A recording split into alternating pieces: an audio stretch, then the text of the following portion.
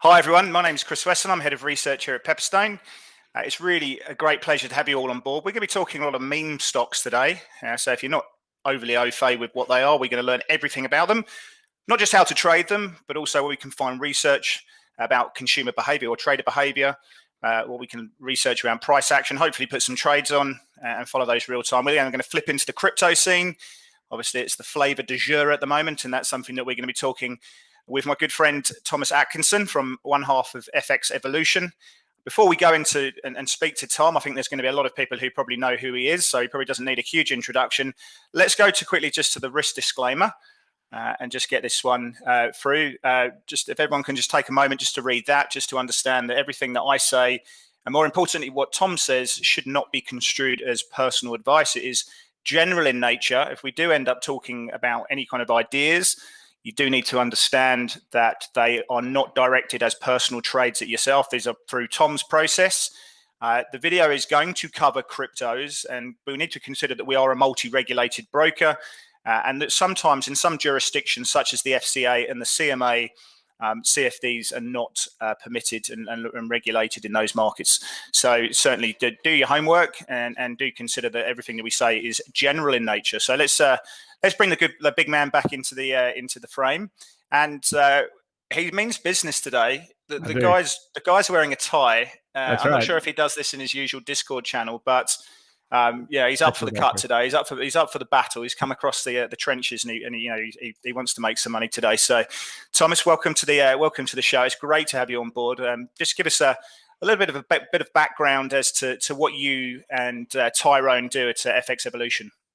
Yeah, thanks very much, Chris, and thank you for Pepperstone for organising this great event. It's going to be a good session, I can tell. Yeah. I've got the tie on, that means it's real. So I'm from FX Evolution. I'm one of the halves of the team, and we started about 10 years ago really educating people in the process or processes that we use, trading the market, investing in the market, and everything to do really with the market. We've been providing education courses, and of course now we have a big, massive private Discord community filled with thousands of members who now trade on a daily basis, and of course share their ideas and share their concepts. So you can find us over at fxevolution.com, and yeah, it just keeps growing. It's great.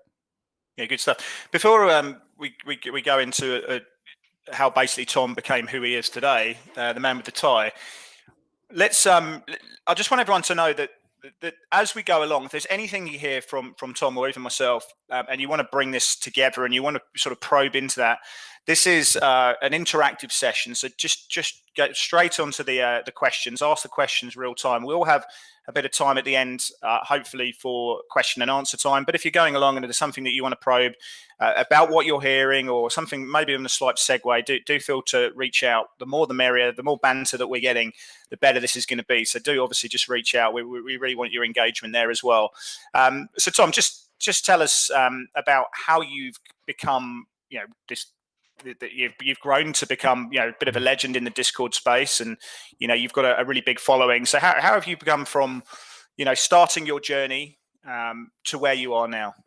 Well, yeah, I think the big thing is most of us come in through some event. And for me, it was the global financial crisis. Usually people they come into stocks and trading and everything, usually either during a peak of euphoria or a peak of mass fear. And a lot of people got into trading last year, of course, mass fear. And now in some ways, euphoria is coming into the markets again. So that's where I started. It actually all started before that with my dad kind of teaching me about stocks, teaching me about the rules of compounding and the rules of, saving money over time and all those types of things. And I still remember, Westy, the first share I ever traded was Wesfarmers. And for anyone in Australia, they'll know Wesfarmers is probably one of the slower moving stocks over time, but it's doing pretty well at the moment, isn't it? You should have held on to it. I was going to say I should have held on to it. It didn't do anything for about 10 years, but then it moved very heavily recently. So it all started there. And then the big breakout for us was we put thousands and thousands of hours into the charts, tried everything out there.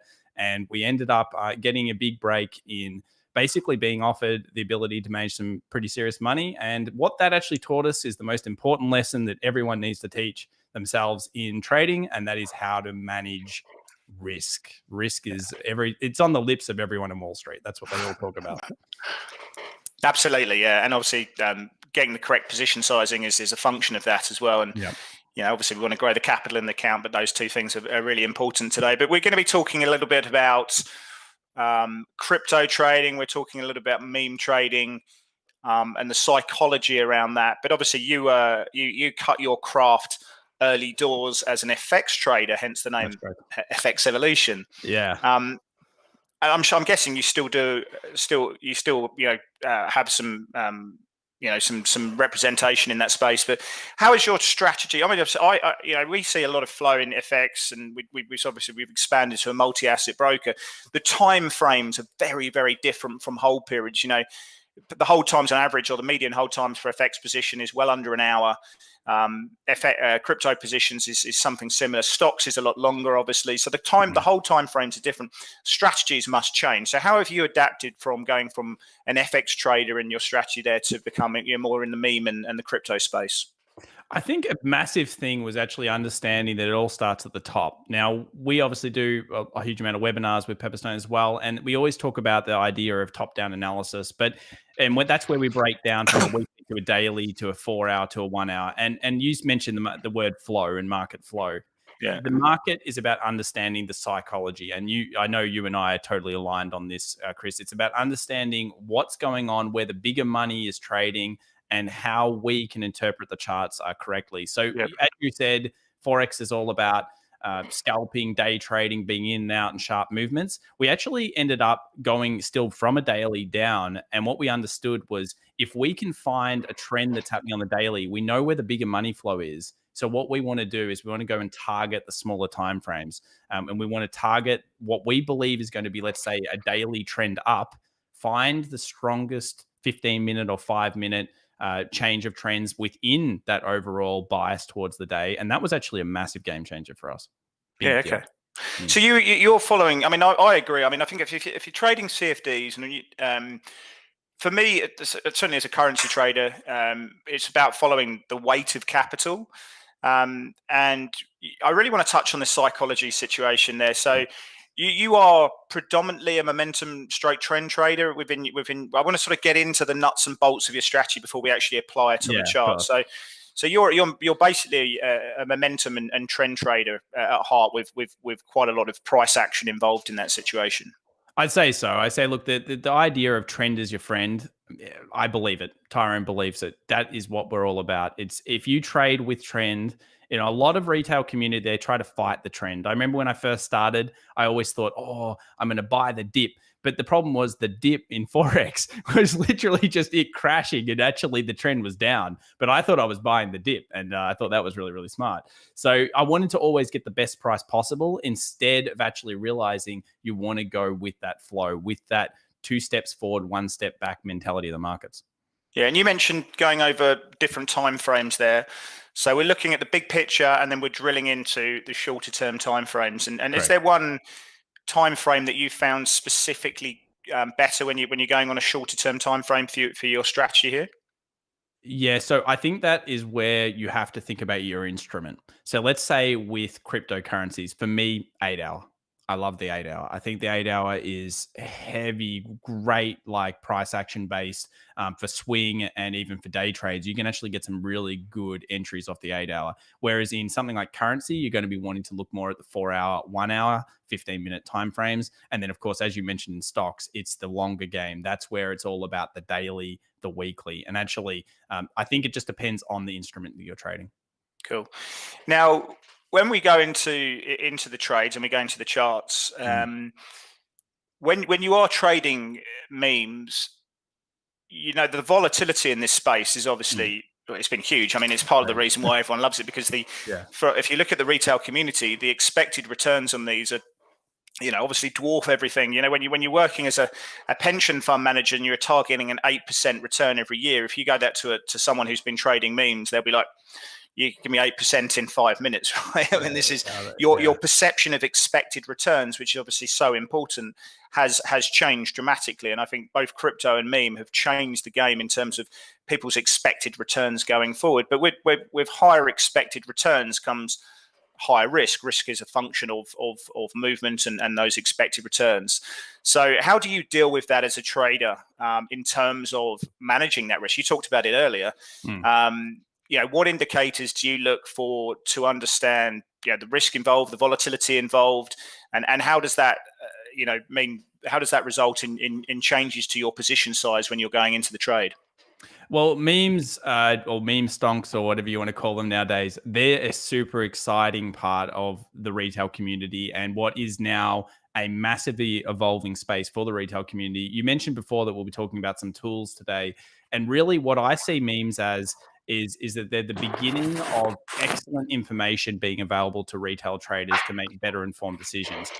It's like anything. We're basically breaking down a top-down approach to these memes. We're looking for key psychological levels, which of course is the price action. And we're looking for breaks above or below that, usually above, of course, with memes, above that price action. And then we're going to get involved in the market. So the idea is that we want to then be getting involved in what is going to be a huge blow up of effectively the social space.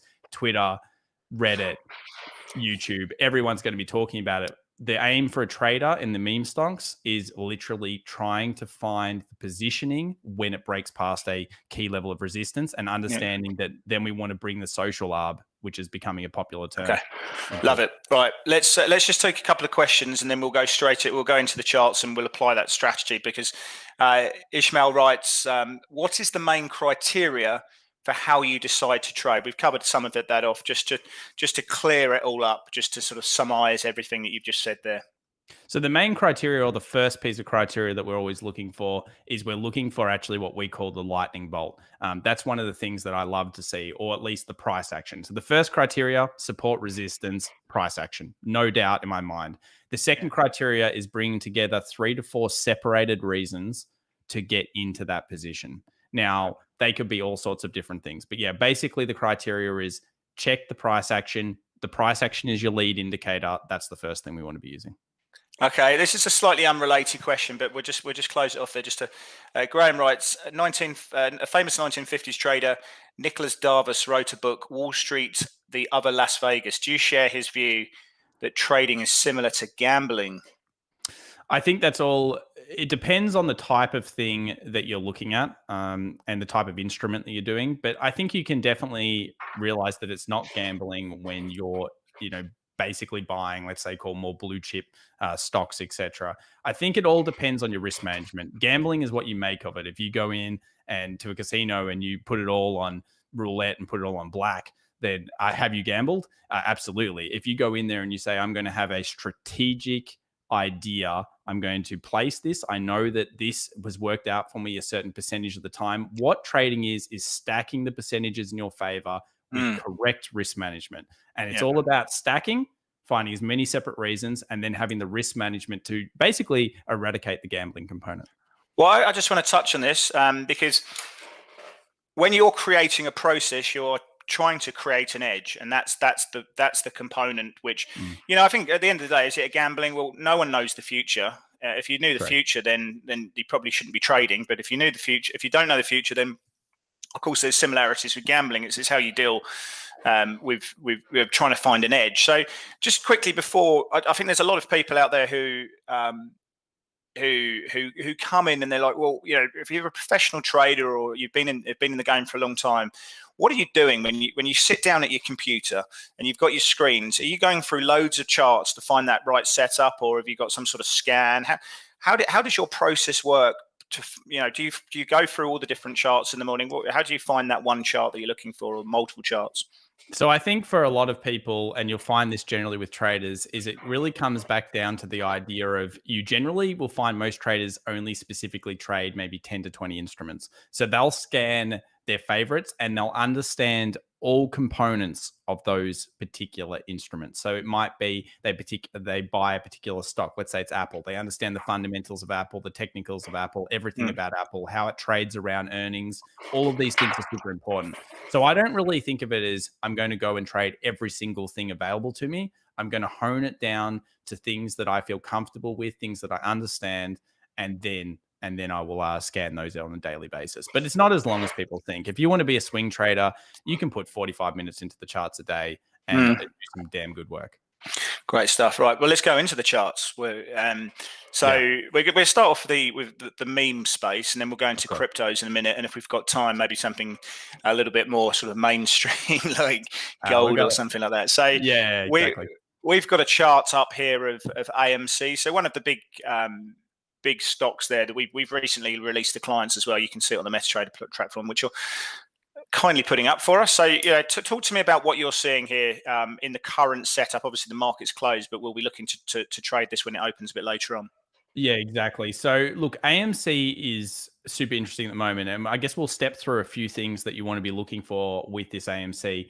And that is that we are actually in a fully fledged channel for AMC, which is pretty rare. I mean, we talked about this before the stream. Basically, we've got our resistances up here, or our 1-2 touch. And then we've got our first touch down the bottom and second touch. And for anyone that's trying to define a channel and trying to define exactly what you're looking for whenever you're understanding, is this really a channel or not? It's the 1-1-2-2. So we want to be basically seeing 2 touches to both sides. And then you can say, yes, that's a fully fledged channel. Yeah.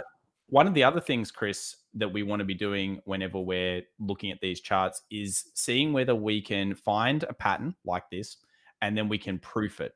And this is a big thing that I talk about on our YouTube as well all the time and in the webinars, is proofing the concept. So if we have a channel, and let's say AMC did actually start to short off and it found weakness and actually came down underneath this level, where is the next logical conclusion? Well, based on the channel, you take the distance, which is A, which is this distance in here, and then we will be extrapolating that out as B. And this one proofs for full structure. So basically it proofs down to $40, which is where previous demand has come into this market. The other thing is we can then take the channel, extrapolate that out to the peak, and this would actually be looking for a new all-time high on AMC if it broke past this kind of 64 level. So things are going to be heating up here in the meme stocks. I would say, within the next week, this should be popping either way. Yeah. So how are we going to trade this then? Because we're sort of mid-channel, we're 50 percentile of that range at the moment. That's so correct.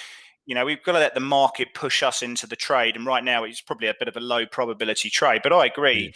These things don't stay silent for long, and when they go, they go, right? So I think once you get that upside break, how do you trade the upside break? Because you can see, there's a couple of candles where we've broken through, the sellers have come straight in, and you've had these failed breakouts, which have caused some decent reversals. I think, do you wait for the daily close because it's a daily time frame, and then you start piling into the stock, and we obviously using your risk management? How would you trade that breakout when it comes through, if it does come through? So this is where top-down approach really pays off, Chris. So basically, you can see here on the daily that each time it's actually rejected well throughout that day. So if we look at it on the top right-hand side here, you'll notice it's rejected. It's never actually held a daily up there. So yes, you could look for dailies, but you could actually even be looking for dailies to close above all these points. I like to think of it as we start to break down all the time frames, and we break them down to a point where we start to see consistent closures at the peak. So you'll notice here on the 1 hour, we've never seen a 1 hour close break breach 64. So is that going to be a pretty big entry point? Yes. Now, we spoke about risk management. If we're getting above 64, we're technically breaking to a new high. We get a closure, which means the hour's closed. And then at this point, we might be able to start saying, okay, well, maybe we'll scale into this order. So we might see it just explode out like these sometimes do and keep going. Or we may see a little bit of a pullback back to that zone where the previous resistance will become support. And that's what you call like a conservative entry. So we can start to put in place a scaling concept here. Yeah, good stuff. But on the downside as well, I mean, so if we break that downside, it closes. We're looking for that $40 line. Would you not consider? I mean, we're at the mid range now. Would you not consider perhaps looking for a trade down to the bottom end of that range, or is that just too low probability now? If we take. Sorry.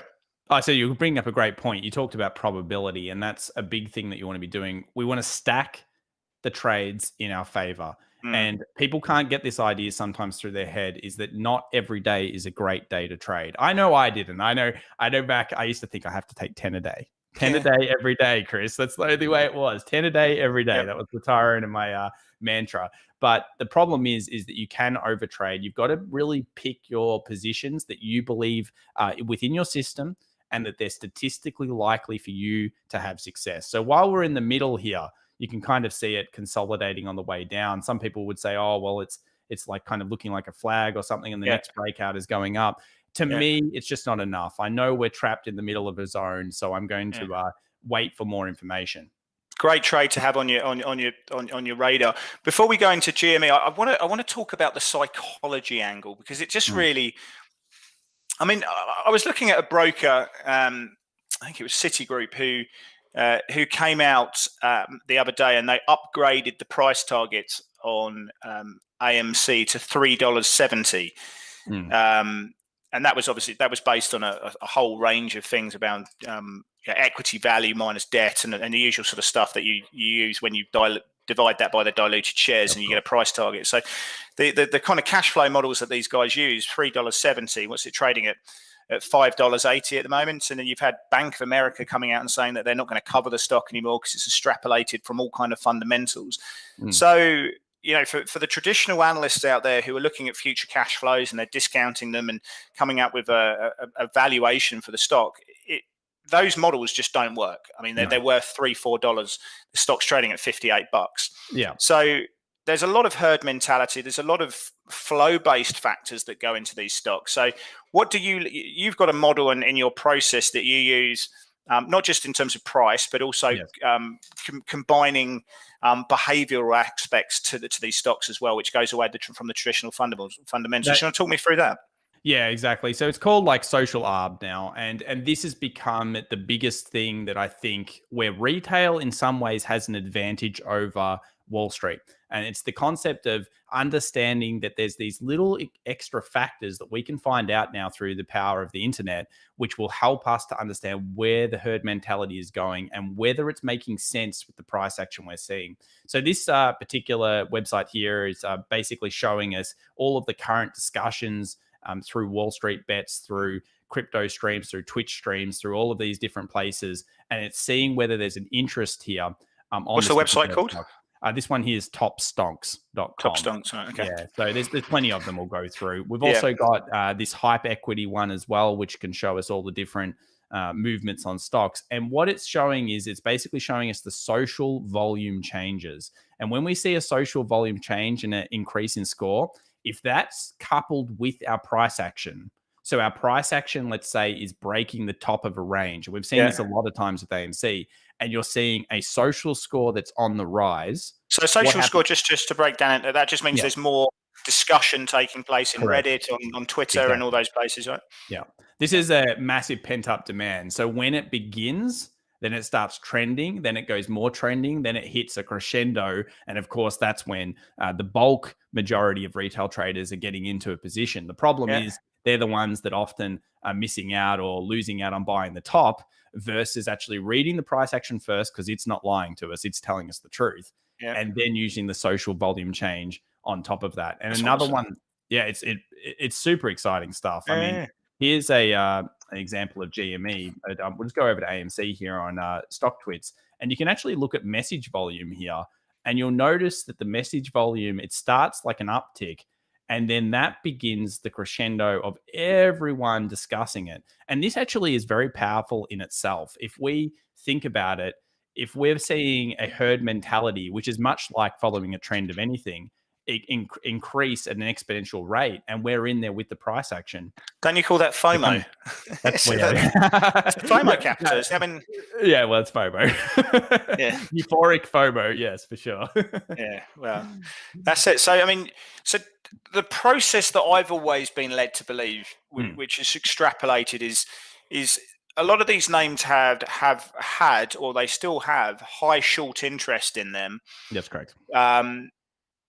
A short squeeze is. Why don't you just talk me through what you're seeing now?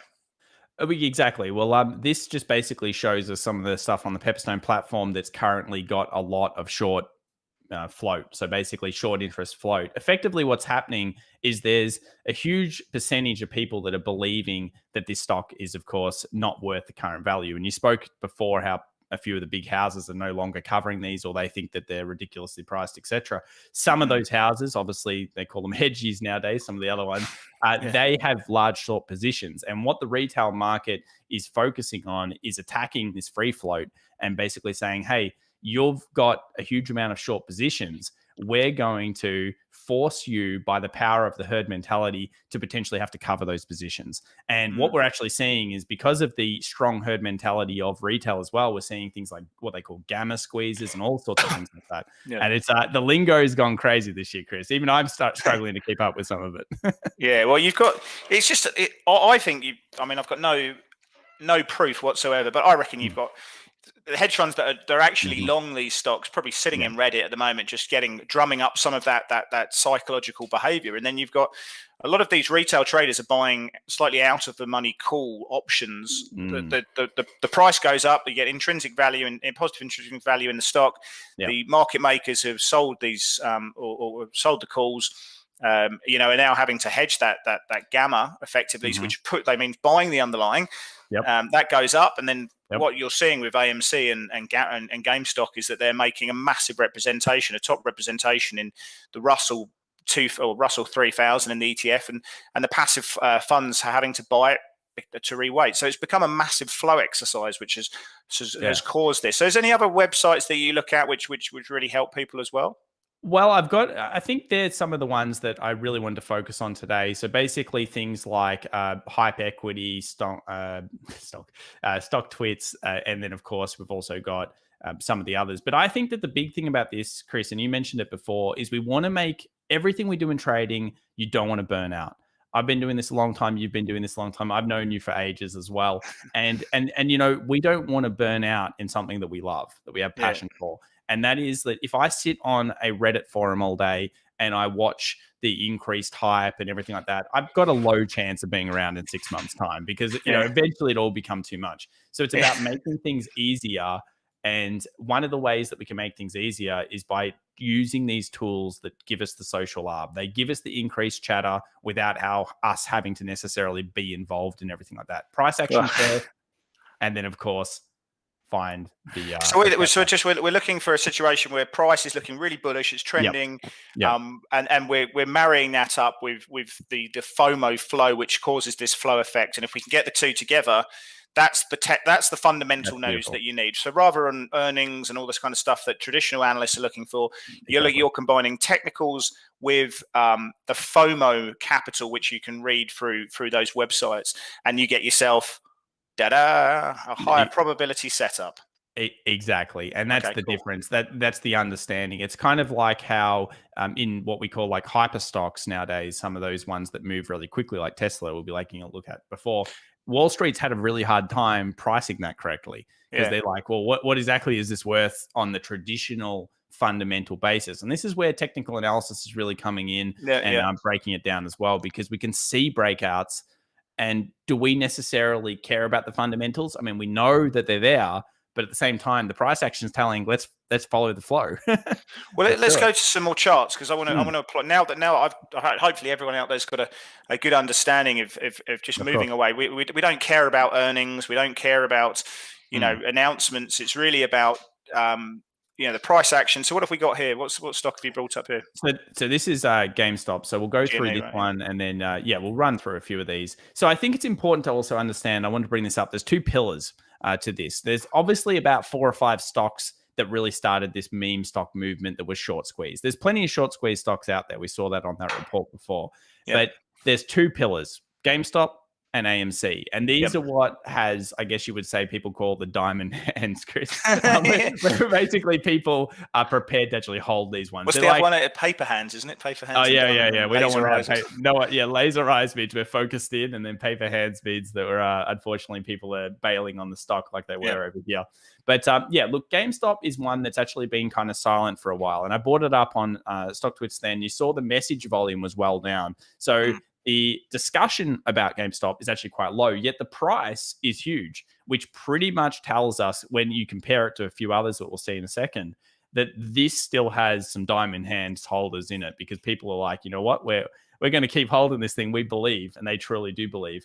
So there's some important levels here on GameStop that I want to break down. I think the 240 or the 238 is an important level. It's previous resistance over here. And we've slowly been dialing on down, but something interesting's happened over the last couple of days, and that is that we've started to show some signs of repair. So if we zoom this out a little bit, see that trend line that's kind of coming down here, all of a sudden we're starting to put pressure on that with a series of what we call higher lows. So we've got higher lows showing there's a little bit of a buildup of momentum. And at the same time, we're starting to put pressure on this level. Now, no one's out of the ballpark yet until maybe it gets to 240. And then all of a sudden, every time it's done that, it's gone quite aggressively up. But the price action is starting to show some repair. At the same time, it's at an all-time low interest. And this is what you're trying to do with marrying up your price action with your social arb. Okay, so we want to, if I'm guessing then, if we get a break of 240, was it 240 the horizontal support resistance level? Yeah, 240. So we get that, and then you're immediately your alerts have been triggered. You're feeling pretty warm and fuzzy. Your next step is go to the website, see if you've got a pickup. Is there a tolerance level that you want to see to get that high level of conviction? So you're talking about going back to that website where you've got that social listening. Is there a level that you say, do you know what, when it goes above that's really good? There's just this crescendo of noise and that people are talking about, which is causing this wave of FOMO capital to come in. Is there I think a little bit of it is just to see the uptick occur. And then at the same time, if we see the uptick occur and we see this social volume change percentage start to really go up as well through hype equity, I think just a marrying of those two together, it's that extra little bit of spice that we need. Like it's like, if we could say, does that give us 15 or 20% more confidence? Yes. Do we know it's going to continue to crescendo? No. But what we can do then, Chris, is we can see the price action. We can get on these programs and we can see whether it continues to increase. What about the continuing to increase with price? Then it's no.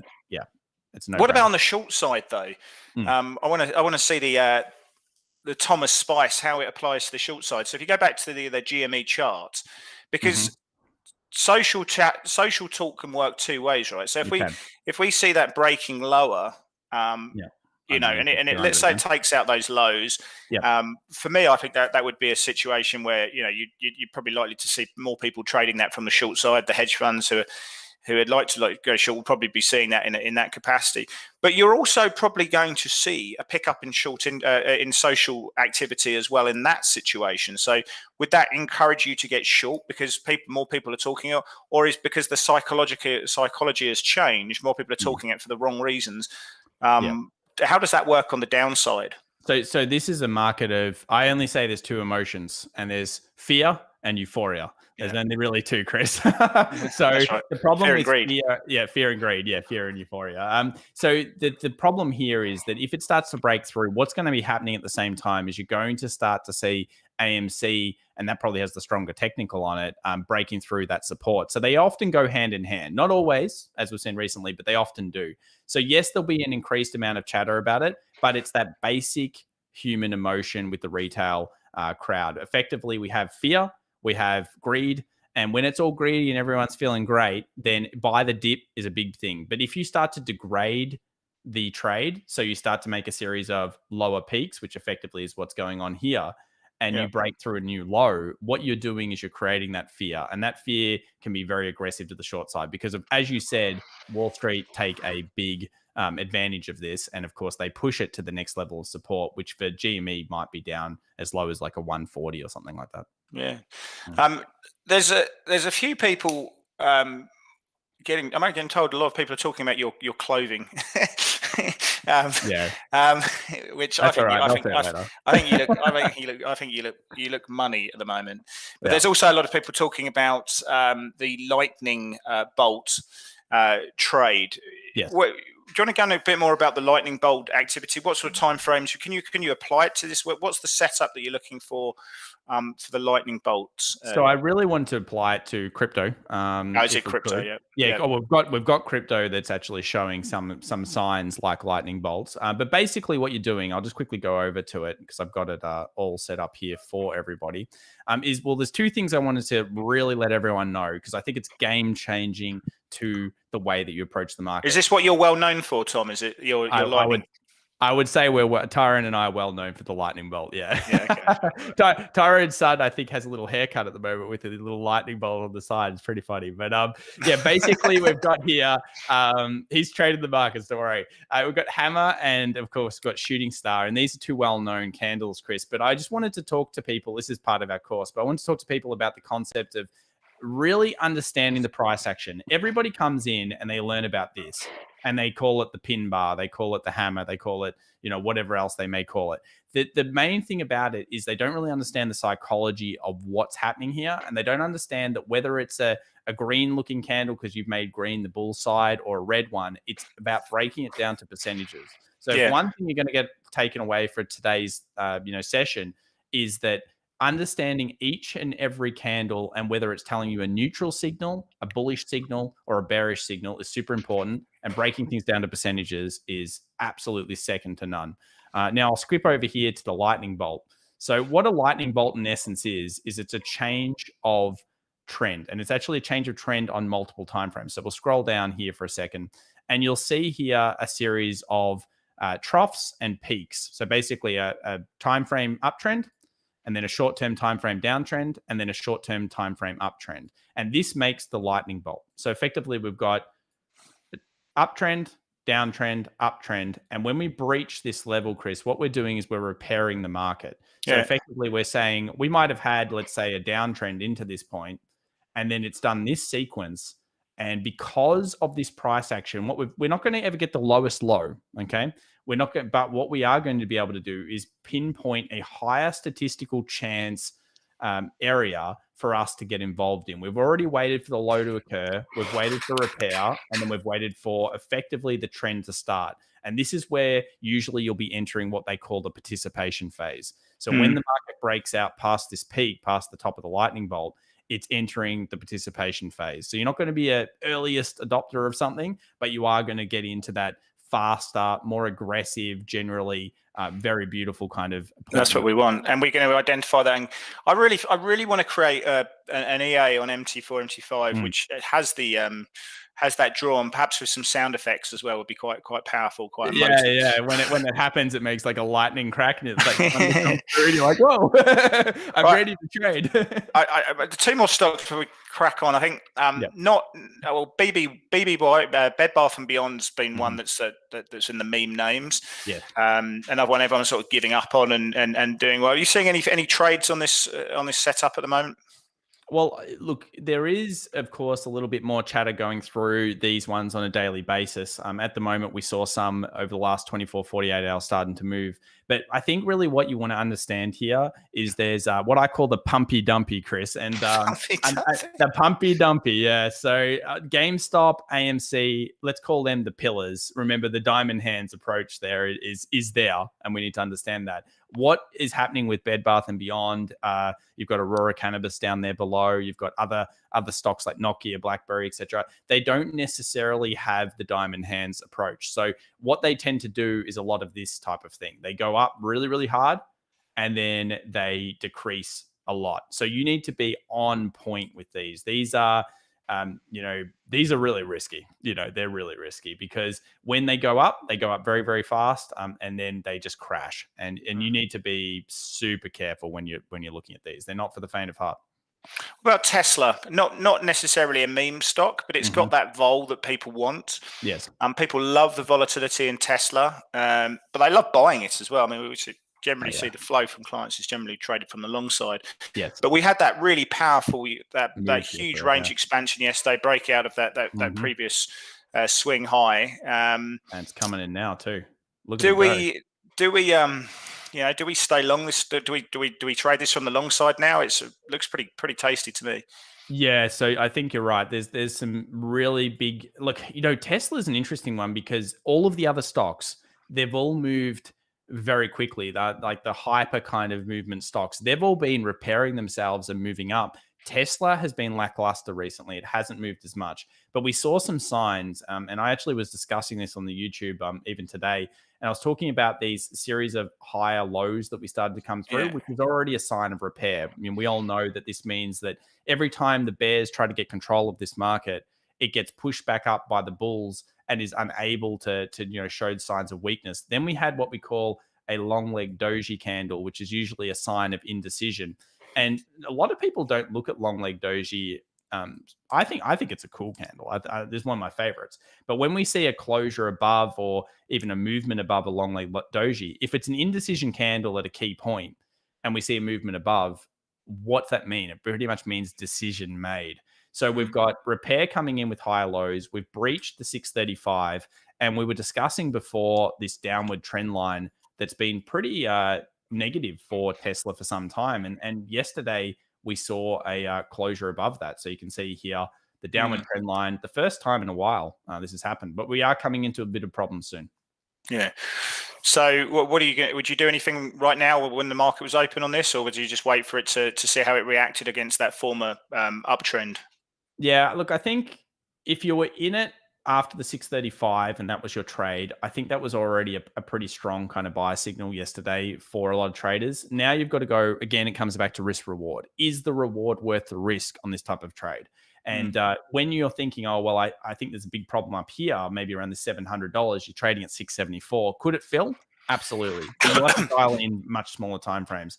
The other thing you could do is you could maybe wait for it. And if it did come back to a more conservative entry, often after breaching a trend line like this, a market will come back down and retest from what we call the top down to the trend line. Yeah. And this is where you'll start to see a miniature lightning bolt, potentially on like a 1 hour chart or a 15-minute chart. Because remember, this is a daily coming off that trend line. And this is giving us a signal that, you know what, we're going to go back, we're going to test this high, and hopefully we're going to break it. So I think here it's all about, what's your risk management. So what are they saying in the chat in the trades about social media? Has this picked up at all because of the break? Have we seen? Because that might be an indication that we start seeing some FOMO money coming back in now. That could be a good chance to go long. Yeah, well, I mean, I haven't looked at it here, but yes, the message volume is going to be hugely increasing, and you can see this dislike of it recently. Look at this, Chris. Look at the message volume, horrible. So it's got that's when, of course, all of the retail community really get involved in it, and then it's just fallen off a cliff recently, and it's just had that uptick yesterday. See that uptick? So this could be the beginning of further chat around this, and certainly it'll be coming in the rankings as well. If we go to most active, look at this trending. Tesla's trending now, and we go to most active, it's in the top 10. Believe me, it was not in there 48 hours ago at all.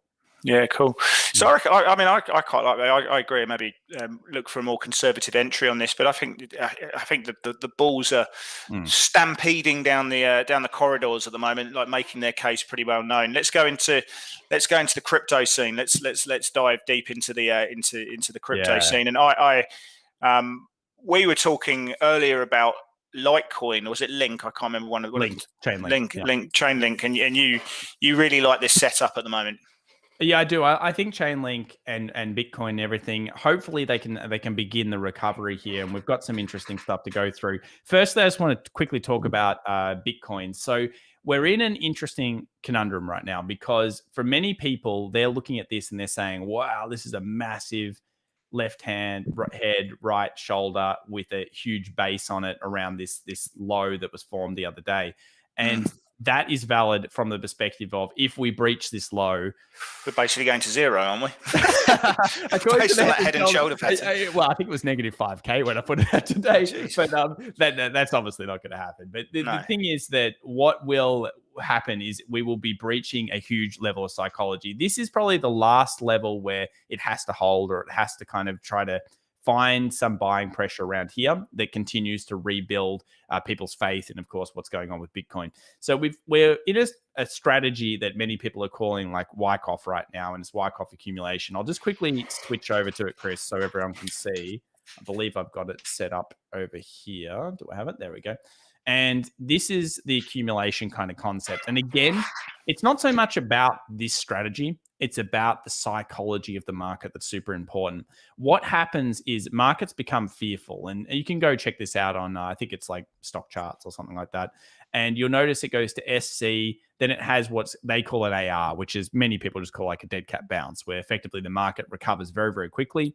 Then it comes back down, makes an equal low, and then sometimes it'll come back down and it will effectively take out people's stop losses. And then that will be the beginning of the rebuild.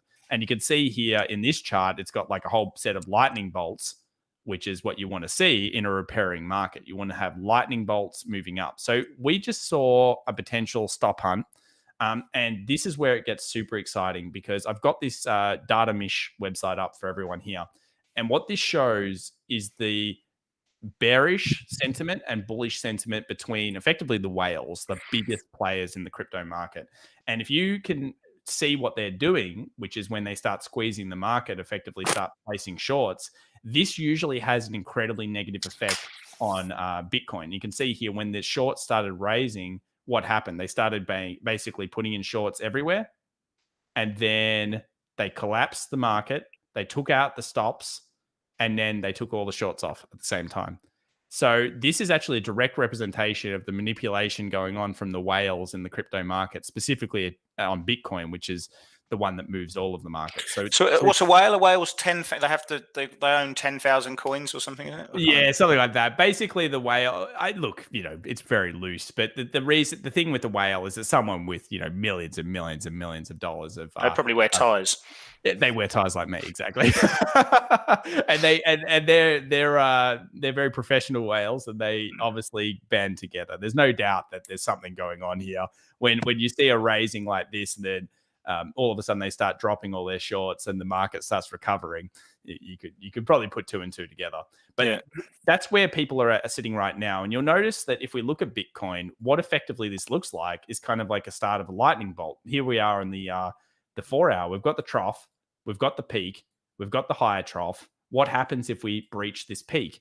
We're putting in a very big step for repair. And I would expect that to therefore follow through with momentum, with flow. And guess what? More discussions on, of course, Twitter and the social medias. So would you start with a small position now and add as we get conviction if it breaks through those swing highs there? So is that too aggressive? It is aggressive, but you can do that if you believe in the overall and you want to start to scale in. Now, you may scale in with an eighth, you may scale in with a quarter, who knows? But you did just see an engulfing candle, so that's a good bullish sign here on the 4 hour.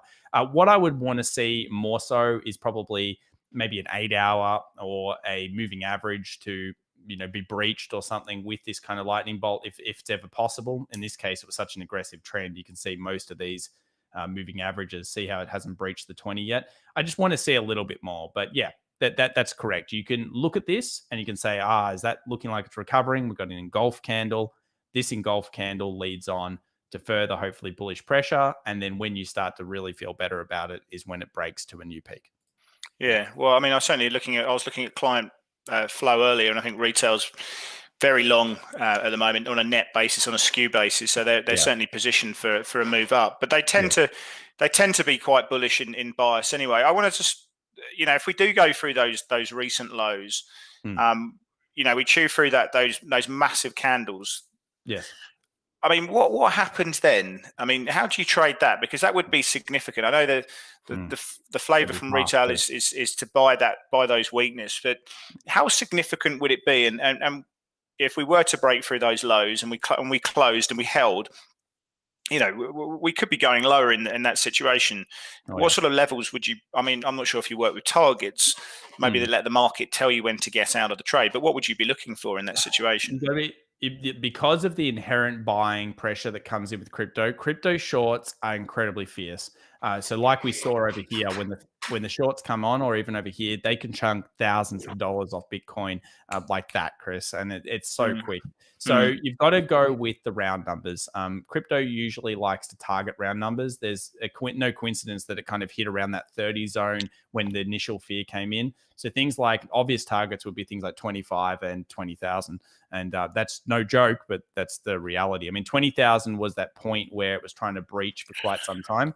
So the big, heavy whale buying would be somewhere around here. And I think that if you're going to see that, you would probably also see an increase in like that website I was showing you before, where the whales would begin more shorts. They would actually start to spike the shorts in. It'd be unlikely for it to breach a low without that happening. Well, I think Michael Saylor's average entry for his micro strategy is about 26,000. So he'll be feeling the pinch if it goes through that situation there. Yeah. Let's have a look at Link. Yes. Because you were saying you quite like the look of that one.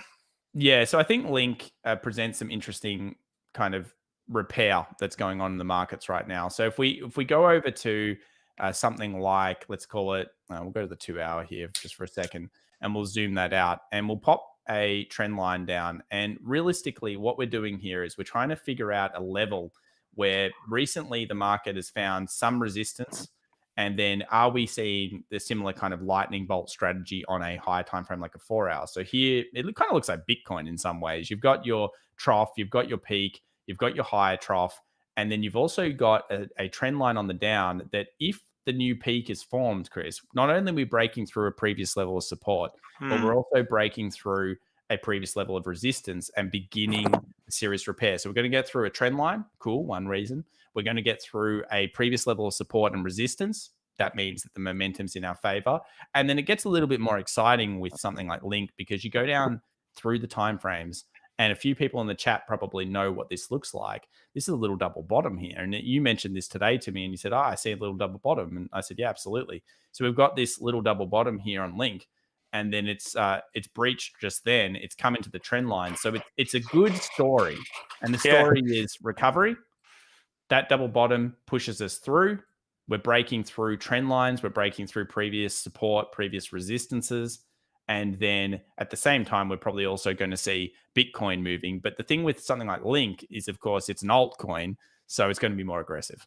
Yeah. Well, it could easily be. It could easily be up 10% tonight, couldn't it? So what do you do now? Are you just waiting for that flow just to break through and then jump on that? Because I mean, there's a confluence of resistance levels all scattered at that one point. So if it breaks through there, then you could really see some capital flowing into it, right? That's correct. I think that there'll be a decent amount of capital kind of flowing in there. And I think also if you go through all these timeframes, what you're really looking for is just a breach of this level. And then you also want to think about it from a perspective of the first move up. So the first kind of recovery here was this long. Then we had the pullback. So I said before, 2 steps forward, 1 step back. And that's a big thing that really comes into the market. If we take that length, which I just put in, and then we price that length to the end, what that does is it comes very close to proofing to this previous level of resistance over here. So that's kind of setting a longer term goal for it as well, and what we're trying to look for. And this is more of probably a swing based trade once it goes through, because you're not going to, I mean, it could happen in 1 hour, Chris. It could happen in 5 minutes, but most likely it'll take a little while to play out. Yeah. And you do find that the it's going to sound like a poor question, but levels and previous highs and the technicals just work really well in crypto. I find just seems very predictable. It hits a level, bang, the buyers and sellers come back in. It seems to hold those levels pretty well. I think it does. I think at the moment we're seeing a lot of mixed messages, which means that it's a much harder market to trade than it was, let's say, 3-4 months ago. 3-4 months ago, obviously the breakouts were great. The dip buying was great. The actual patterns themselves on Bitcoin were phenomenal. Same with Ethereum. The supports were seriously held. The main problem I have with this market is purely the manipulation that can come in from tweets. If Elon tweets something or somebody else tweets something, it could do real damage to your trade. And this comes back to the risk management aspect. So even with this, there's ways of scaling in. So you might say, okay, I'm interested in potentially taking some on the closure. I'm then waiting for a pullback, and I'm going to take more on the conservative entry, et cetera, et cetera. And I'm going to start scaling in through there. That's a good way of managing risk when you don't know exactly what's coming for you next. A tweet could go off at any time. It kind of reminds me of years ago where we were a bit scared of certain people tweeting on the stock market as well. But you know what? I see your view, and I take that, and I counter it by saying, yeah, you may get the occasional tweet which is unpredictable from people like Elon and Michael Saylor and whatnot. But you don't have the Fed. I know that you could argue that the liquidity, this is a liquidity charged asset. People are looking at the rate of change in the Fed's balance sheet and various factors. But you don't have to worry about holding a position over the non-farm payrolls. You don't have to worry about holding a position so much over the Fed. So yeah, you might get this surprise tweet, but I'd hazard a guess that they don't come as often as the event risk that comes through from a Federal Reserve official who might come out unscripted in the Wall Street Journal or the non-farm payrolls. So you've got half a dozen one, six of the other, right? I think that's a really great point. It's a different risk, and therefore it's kind of like it's like when the Bank of Japan used to just put tentative on all of their alerts. They still do. Yeah, I know. Yeah, it was always like 2:30 p.m.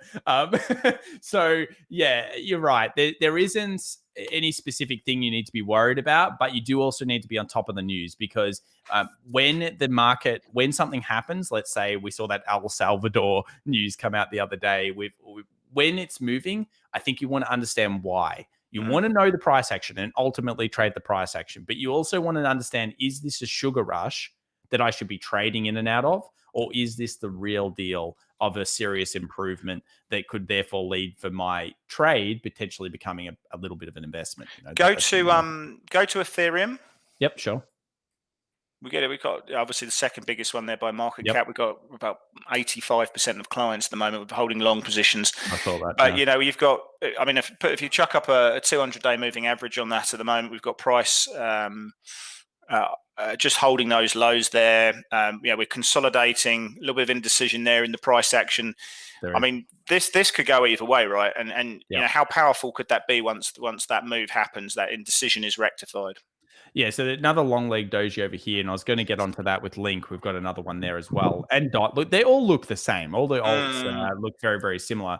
But what level is this? This is just above 2,000. So 2,040, we've got this high. We've got a long leg doji, which is effectively indecision. We've got kind of like a almost bullish pin bar here. And all of it's coming off the 200 daily. So it's a critical time in the crypto markets. Repair needs to be underway, and we need to breach this. But if it breaches, do I think that begins, a big social media movement?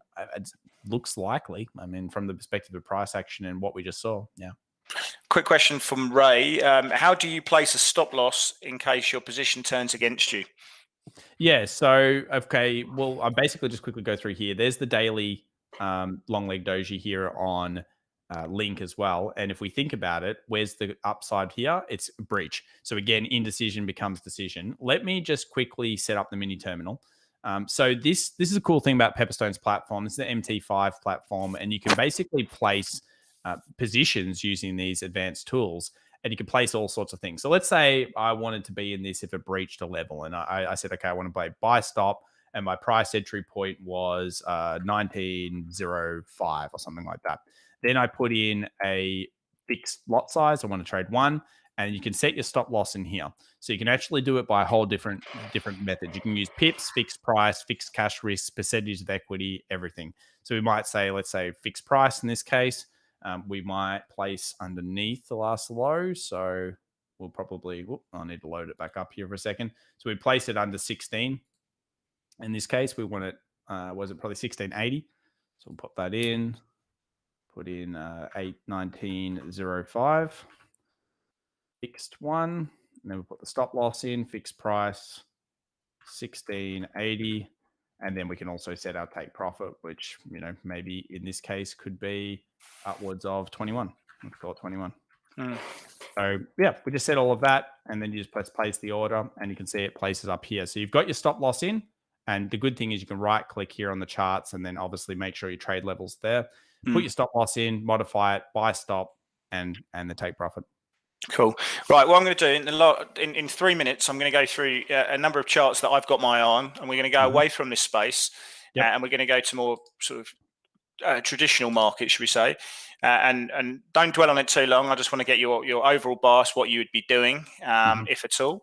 So the first one we're going to bring up is sterling yen. I think there's one person who I can't say a name. Sterling yen. These are going to be sort of currency based. If going back to your roots, I can see a bit of a downtrend there that needs to break. I like waiting for the break of that personally. And then I reckon that goes up. We've got the Bank of England coming out in an hour's time, and that could be quite interesting. I actually really like sterling Swissy at the moment. But what would you be doing here? Have you got any idea, any views on this? Look, my view is really to go and look at the US dollar yen in this case. So I think with the yens, you want to look at the Japanese index, and you want to look at the US dollar yen and look at the current trend trajectory there for the yens overall, because there was a huge breakout that occurred on the yen index earlier in the week, and I think that's super paramount. I don't know if I've got it up here. Let me just quickly go through. I'll bring this one on. I've got a whole bunch here, guys, so I'll bring this one up. So yeah, with the US dollar yen, we're at a very critical break point, and that's why I think with the pound yen, if you're obviously the news is coming, but let's say this weekly breach is above here, Chris. This is a big deal. This hasn't done so in a very long time, and you can see that all of a sudden it may open up quite a lot more bullish pressure here. Now, if the US dollar yen starts firing on the upside, obviously meaning weaker Japanese. Yuan, Japanese yen, you are basically going to be looking at potentially if the pound goes down, the US dollar yen's going up. It might be like a bit of all over the place. So I'm not loving the pound yen at this point. But okay, good stuff. Trade I like fundamentally, and it's going in the right direction at the moment, is the Kiwi against the Swiss franc. Okay, New Zealand Swiss, yep. I like it higher. I'm not looking for validation, but what do you think? Well, I think that is a very cool weekly, isn't it? I mean, you seriously have a absolute point of trend going down on a serious curve. Let's have a look at it on daily. It is already coming off a really nice base, so it's been breaking out very, very strong here. All the Swisses have been doing this, but this is exactly the type of accumulation you want. Effectively, that's a huge accumulation down there. There's even that little bit of a stop hunt that comes with it, which usually means an extra little couple of ticks. And that's why, some people say, I put my stop 2 pips below the low, Chris. You don't want to be doing that. You want to break a candle down to percentages, like what we discussed before. Great breakout. There could be still more length in this. Let's have a look. Break this down. Get that out and make a move. See how it proofs up to that trend line on the down. That means it's higher likelihood that it goes to that level. Great stuff. I want to look at silver. Yep. Okay. ZAG versus US dollar, I assume. Yep. Because that had a really nice break of the trading range, break for the uptrend, and now we're just consolidating actually at the 200-day moving average. If you were to put that on there. So again, what happens here? I mean, if this breaks 200, it's getting taken downtown, isn't it? But getting taken to the woodshed. Yeah, I agree. It's at a super critical point. I'm actually looking at gold to proof either way here for me. So gold, I've got at 1800 as a bit of a key resistance that I'd like to see it repair. It is accumulating, so you can see that there is a thought process here between the market where it's trying its best to get back up, but it hasn't done so yet. This is a sit and wait kind of play, Chris. If you breach the top side in gold, silver generally will come along with it. Yeah, of course. The good thing is you've also got those targets where you can go, if it starts to move up, you know where your problems are. Your problem is here on the price action, and then your problem is going to be all of this huge amounts of support that we saw before that massive breach. But it does show when you breach key levels, you better watch out because it gets fast and furious. It can get fast and furious. Yeah. Nice if you're on the right side of that. And last trade quickly, because I know we're over time. We've got the Bank of England coming up in an hour's time. We're not expecting anything massive from it, but we could be surprised given we were not expecting huge stuff from the Fed, and we were very surprised by that. So we got if you go into cable.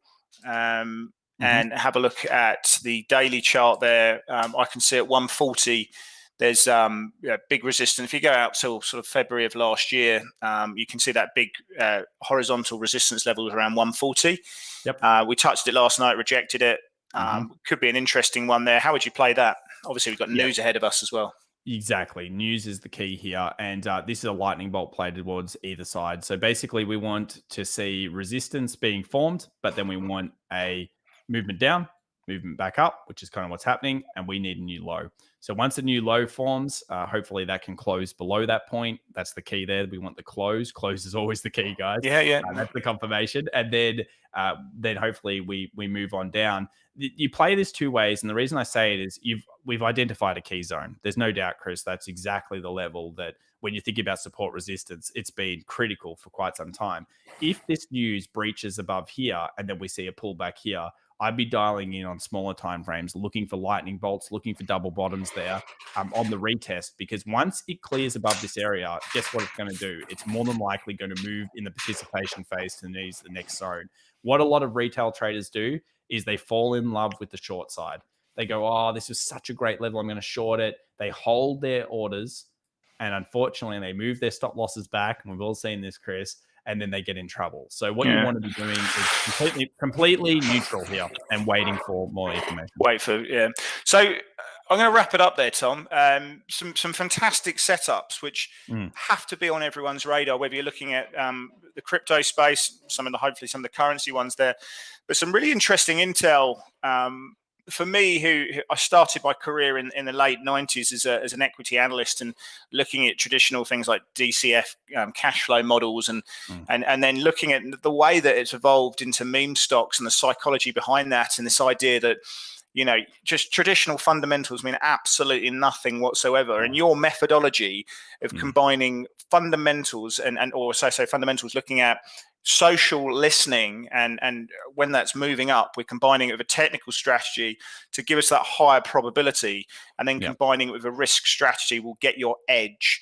I think that's really, really interesting way of looking at this. Is the new school of fundamental trading is using social listening to look for that capital injection and then working for flow. So some interesting stocks that AMC setup needs to be on every equity market trader's radar. If that breaks either side of that range, that could be quite interesting. So I really want to say thanks, Tom. I think you've given us some fantastic intel tonight on your process and some setups and hopefully some actionable ideas for people to look at and do their own research and see how that sort of marries up. I really hope everyone at home has enjoyed Thomas's intel and banter. If you did, please hit the like button. It would go down really well. And obviously, if you want to subscribe to the channel, we will be hopefully doing more of these interviews, not just with Tom, with other people as well, including some of my own content as well. So please give it a like, give it a subscribe. And we really appreciate all your questions. There's been quite a few today, so that's been really great. And we really hope you enjoyed that. So thanks all for joining. No, thank you very much. And thanks for having me, Pepperstone and Chris. Always a pleasure. Thank you very much, guys. Good man. Cheers.